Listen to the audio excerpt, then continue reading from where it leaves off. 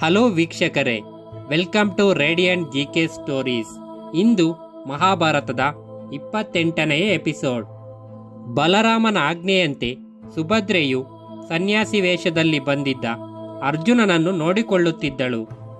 ಹೊತ್ತು ಹೊತ್ತಿಗೆ ಆಹಾರ ಪಾನೀಯಗಳನ್ನು ಕೊಟ್ಟು ಗಾಳಿ ಬೀಸುವಳು, ಕಾಳುತ್ತುವಳು, ಭಕ್ತಿಯಿಂದಲೇ ಎಲ್ಲವನ್ನೂ ಮಾಡುತ್ತಿದ್ದಳು. ಅರ್ಜುನ ಸನ್ಯಾಸಿ ನಿಟ್ಟುಸಿರುಡುತ್ತಾ ಗೆಳತಿಯರೊಂದಿಗೆ ಆಟವಾಡುತ್ತಿರುವ ಅವಳನ್ನು ನೋಡಿಯೇ ನೋಡುವನು.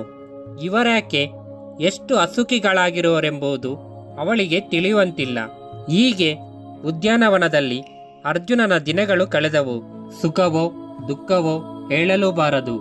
ಪ್ರೇಮಿ ಎದುರಿಗೆ ಇದ್ದರೂ ವಿರಹ ವೇದನೆ. ವೃಷ್ಣಿಗಳಲ್ಲಿ ಏಕೆ ಇಡೀ ದ್ವಾರಕೆಯಲ್ಲಿ ಅರ್ಜುನನ ಧೈರ್ಯ ಶೌರ್ಯಗಳು ಮನೆ ಮಾತಾಗಿದ್ದವು. ಎಳೆಯರಿಗೆಲ್ಲ ಅರ್ಜುನನಂತಾಗಬೇಕೆಂಬ ಆದರ್ಶ. ಅಂತೆಯೇ ತಾಯಿಯಾಗುತ್ತಿರುವವಳಿಗೆ ಹಿರಿಯರು ಅರ್ಜುನನಂತಹ ವೀರಪುತ್ರನನ್ನು ಪಡೆ ಎಂದು ಆಶೀರ್ವದಿಸುತ್ತಿದ್ದರು. ಇಂತಹ ವಾತಾವರಣದಲ್ಲಿ ಬೆಳೆದ ಸುಭದ್ರೆಗೂ ಈ ವೀರನ ಬಗ್ಗೆ ಕುತೂಹಲ, ಆರಾಧನಾ ಭಾವ.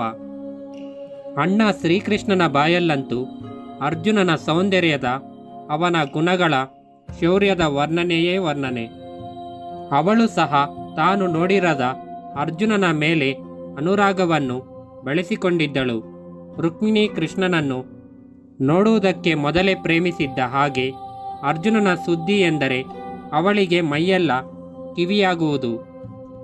ಇಂದ್ರಪ್ರಸ್ಥದ ಕಡೆಯಿಂದ ಯಾರು ಬಂದರೂ ಅವರು ಇವಳಿಗೆ ಅರ್ಜುನನ ಸುದ್ದಿಯನ್ನು ಹೇಳಬೇಕು. ಬರಬರುತ್ತಾ ಯತಿಯ ವರ್ತನೆ ಸುಭದ್ರೆಗೆ ನಿಗೂಢವಾಗುತ್ತಾ ಬಂತು. ಅವರ ದೃಷ್ಟಿ ಸದಾಕಾಲ ತನ್ನ ಮೈ ಮೇಲೆ ನೆಟ್ಟಿರುವಂತೆ ಅನುಭವ.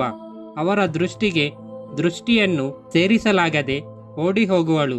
ನಿಧಾನವಾಗಿ ಅವಳ ಮನಸ್ಸಿನಲ್ಲಿ ಬೆಳಕು ಮೂಡಿತು. ಈ ಯತಿ ತಾನು ಕೇಳಿದ ವರ್ಣನೆಯ ಅರ್ಜುನನನ್ನು ಹೋಲುತ್ತಾನಲ್ಲವೇ? ಒಂದು ದಿನ ಭುಜಗಳನ್ನು ನೋಡಿದಳು. ಬಿಲ್ಲಿನ ನಾನು ತಗುಲಿ ಗೆಡ್ಡು ಬಿದ್ದು ಹೋಗಿದೆ. ಬಹುಶಃ ಇವರೇ ಅರ್ಜುನನಾಗಿರಬೇಕು. ಆದರೆ ಇವರು ಯತಿಯಾಗಿರುವುದು ಹೇಗೆ? ಒಂದು ದಿನ ಅವರನ್ನೇ ಕೇಳಿಬಿಟ್ಟಳು. ತಾವು ಇಡೀ ಭರತ ವರ್ಷವನ್ನೆಲ್ಲ ಸಂಚರಿಸುವರಿ ಎನ್ನುತ್ತಾರೆ.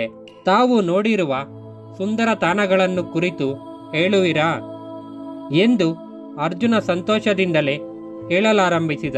ಕ್ರಮೇಣ ಈ ಸಂಭಾಷಣೆ ನಿತ್ಯವೂ ನಡೆಯತೊಡಗಿತು. ಅವರ ಮಾತನ್ನು ಕೇಳುವ ಮತ್ತಿನಲ್ಲಿ ಗಂಟೆಗಳು ನಿಮಿಷಗಳಾದವು, ದಿನಗಳು ಜಾರಿದವು. ಒಂದು ದಿನ ಸುಭದ್ರೆಯು, ನಿನ್ನ ಚರಣದಲ್ಲಿ ನೀವು ಇಂದ್ರಪ್ರಸ್ಥಕ್ಕೆ ಹೋಗಿರಬೇಕಲ್ಲ, ಅಲ್ಲೇ ನನ್ನ ಅತ್ತೆ ಕುಂತಿದೇವಿ ಇರುವುದು. ಅವಳ ಮಗ ಧರ್ಮರಾಜರನ್ನು ಅವನ ತಮ್ಮಂದಿರನ್ನು ನೀವು ನೋಡಿರಬೇಕಲ್ಲವೇ ಎಂದು ವಿಚಾರಿಸಿದಳು. ಸನ್ಯಾಸಿಯು ಅವರೆಲ್ಲ ತನಗೆ ತುಂಬಾ ಚೆನ್ನಾಗಿಯೇ ಗೊತ್ತು ಎಂದನು. ಸುಭದ್ರೆಯು, ಅರ್ಜುನನು ಸಹ ನಿಮ್ಮ ಹಾಗೆಯೇ ತೀರ್ಥಯಾತ್ರೆಯನ್ನು ಕೈಗೊಂಡಿರುವನು ಎಂದು ಕೇಳಿರುವೆ. ನಿಮಗೆಲ್ಲಿಯಾದರೂ ಸಿಕ್ಕಿದ್ದಾನೆ ಎಂದು ಕೇಳಿದಳು. ಅರ್ಜುನನಿಗೆ ತಾನು ನಿರೀಕ್ಷಿಸುತ್ತಿದ್ದ ಕಾಲ ಬಂದಿತು ಎನ್ನಿಸಿತು. ಅರ್ಜುನನು ಪ್ರಪಂಚದಲ್ಲಿನ ಅತ್ಯಂತ ಸುಂದರಿಯಾದ ಹುಡುಗಿಯನ್ನು ಪ್ರೇಮ ಪಾಶದಲ್ಲಿ ಸಿಲುಕಿದ್ದಾನೆ. ಅವಳನ್ನು ಪಡೆಯುವ ದಾರಿ ಕಾಣದೆ ಯತಿವೇಷವನ್ನು ಧರಿಸಿಕೊಂಡಿದ್ದಾನೆ. ನೀನೇಕೆ ಅವನನ್ನು ಗುರುತಿಸಲಿಲ್ಲ ಎಂದನು. ಸುಭದ್ರೆ ಮುಖ ಕೆಂಪೇರಿತು. ತಗ್ಗಿಸಿದ ತಲೆಯನ್ನು ಮೇಲೆತ್ತದೆ ಅಲ್ಲಿಂದ ಹೊರಟು ಹೋದಳು. ಸುಭದ್ರೆಗೆ ಪ್ರೇಮ ಜರವೇರಿತು. ಶ್ರೀಕೃಷ್ಣನಿಗೆ ಇವರಿಬ್ಬರ ಸ್ಥಿತಿಗತಿಗಳು ಗೊತ್ತಾದವು. ಸ್ವಲ್ಪ ಕಾಲ ಇವರಿಬ್ಬರನ್ನು ಪ್ರತ್ಯೇಕಿಸಬೇಕೆಂದು ಯತಿಯನ್ನು ನೋಡಿಕೊಳ್ಳಲು ರುಕ್ಮಿಣಿಯನ್ನು ನಿಯಮಿಸಿದನು. ರುಕ್ಮಿಣಿಯು ಅರ್ಜುನನ ನಿರಾಸೆಯ ಮುಖವನ್ನು ನೋಡಲಾರದೆ ಸುಭದ್ರೆಗೆ ಅಸೌಖ್ಯವೆಂದು ವೈದ್ಯರಿಗೆ ಅವಳ ಕಾಯಿಲೆಯ ಮೂಲವು ಪತ್ತೆಯೇ ಆಗಲಿಲ್ಲವೆಂದು ತಿಳಿಸಿದಳು. ಸುಭದ್ರೆಯ ಸ್ಥಿತಿ ದೇವಕಿಗೂ ಸಮಸ್ಯೆಯಾಯಿತು. ಬಲರಾಮನ ತನಕ ಸುದ್ದಿ ತಲುಪಿತು. ಅಣ್ಣನಿಗೆ ಕೃಷ್ಣ ಹತ್ತಿರದ ದೀಪದಲ್ಲಿ ಒಂದೆರಡು ವಾರ ಎಲ್ಲರೂ ಹೋಗಿದ್ದು ರುದ್ರಾರಾಧನೆಯನ್ನು ಕೈಗೊಳ್ಳಬೇಕಾಗಿದೆ. ಹಾಗೆ ಮಾಡಿದರೆ ಎಲ್ಲವೂ ಸರಿ ಹೋಗುತ್ತದೆ ಎಂದು ಸಲಹೆ ಕೊಟ್ಟನು. ಅಂತೆಯೇ ಎಲ್ಲರೂ ಸುಭದ್ರೆಯನ್ನು ಬಿಟ್ಟು ರುದ್ರಾರಾಧನೆಗಾಗಿ ದೀಪಕ್ಕೆ ಹೋದರು. ಶ್ರೀಕೃಷ್ಣನು ಒಂದೆರಡು ನಿಮಿಷಗಳು ಅವಸರದಲ್ಲಿ ತಂಗಿಯನ್ನು ಕಂಡು, ಸುಭದ್ರೆ ಕೇಳು, ನಾವು 2 ವಾರ ಇರುವುದಿಲ್ಲ. ನಾನೀಗ ಯತಿಯೊಂದಿಗೆ ಮಾತನಾಡುತ್ತೇನೆ. ಇಂದಿಗೆ 12ನೆಯ ನಿಮ್ಮ ವಿವಾಹಕ್ಕೆ ಪ್ರಶಸ್ತವಾಗಿದೆ ಎಂದು ಹೇಳಿ ಉಳಿದವರೊಂದಿಗೆ ಹೊರಟು ಹೋದನು. 12ನೆಯ ದಿನ ಅರ್ಜುನನು ಸುಭದ್ರೆಯನ್ನು ಕಂಡು, ಸುಭದ್ರೆ, ಈ ದಿನವೇ ನನ್ನ ಹೃದಯಾಭಿಲಾಷವು ಪೂರೈಸುವ ದಿನವೆಂದು ಶ್ರೀಕೃಷ್ಣನು ನಿನಗೆ ಹೇಳಿರಬೇಕಲ್ಲ. ನಾನೆಷ್ಟು ಪ್ರೀತಿಸುವನೆಂದು ನಿನಗೆ ಗೊತ್ತು. ಈ 12 ದಿನಗಳು ನನಗೆ ನಿದ್ರೆಯಿಲ್ಲ. ನಾವು ಕ್ಷೇತ್ರೀಯರು, ನಮಗೆ ಗಾಂಧರ್ವ ವಿವಾಹವೇ ಶ್ರೇಷ್ಠ. ನೀನಿದಕ್ಕೆ ಒಪ್ಪಬೇಕು ಎಂದನು. ಸುಭದ್ರೆಯು ಮೌನವಾಗಿ ಕಣ್ಣೀರು ಸುರಿಸುತ್ತಿದ್ದಳು. ದುಃಖಿಸಬೇಡ, ವೇಗಶಾಲಿಗಳಾದ ಕುದುರೆಗಳನ್ನು ಓಡಿರುವ ರಥವೊಂದನ್ನು ತರಿಸು.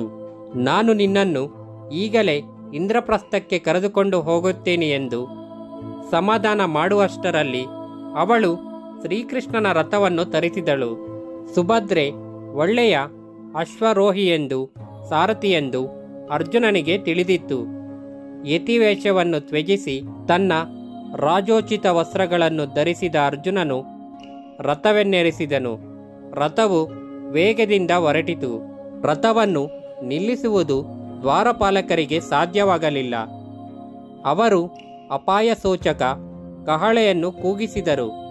ಯಾತ್ರೆಗೆ ಹೋಗಿದ್ದ ಬಲರಾಮ ವೃಷ್ಣಿಗಳು ಇದನ್ನು ಕೇಳಿ ವೇಗವಾಗಿ ಹಿಂದಿರುಗಿದರು.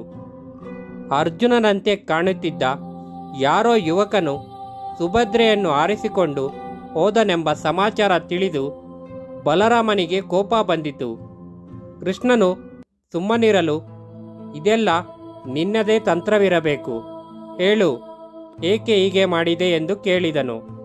ಶ್ರೀಕೃಷ್ಣನು ಗಾಬರಿಯನ್ನು ನಡೆಸುತ್ತಾ, ಅಣ್ಣ, ನಿನಗೆ ಎಚ್ಚರಿಕೆ ಕೊಟ್ಟವನೇ ನಾನು, ಮರೆತೆಯಾ?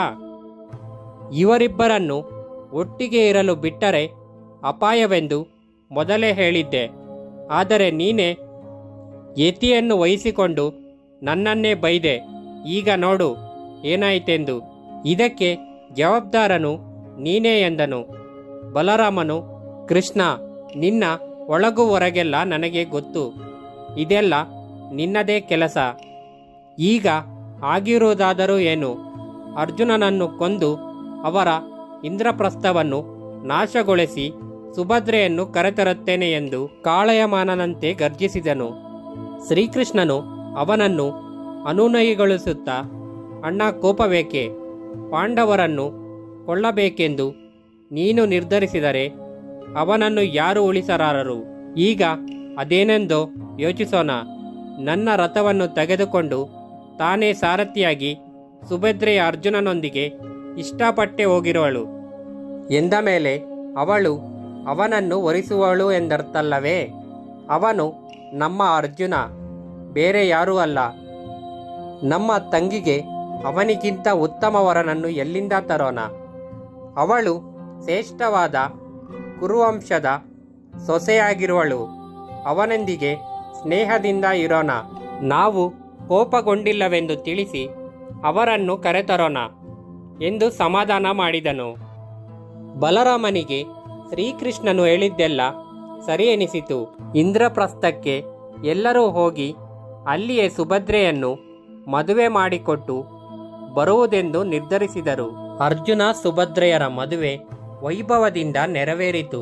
ವಿವಾಹದ ನಂತರವೂ ಕೆಲವು ದಿನಗಳು ಇಂದ್ರಪ್ರಸ್ಥದಲ್ಲಿ ತಂಗಿದ್ದು ಬಲರಾಮನು ದ್ವಾರಕೆಗೆ ಹಿಂದಿರುಗಿದನು. ಶ್ರೀಕೃಷ್ಣನು ಮಾತ್ರ ಪಾಂಡವರೊಂದಿಗೆ ಇಂದ್ರಪ್ರಸ್ಥದಲ್ಲೇ ಉಳಿದನು. ಈ ವಿಡಿಯೋ ನಿಮಗೆ ಇಷ್ಟವಾಗಿದ್ದಲ್ಲಿ ಲೈಕ್ ಮಾಡಿ, ಶೇರ್ ಮಾಡಿ, ಕಾಮೆಂಟ್ ಮಾಡಿ, ಹಾಗೆ ಸಬ್ಸ್ಕ್ರೈಬ್ ಮಾಡೋದು ಮರಿಬೇಡಿ.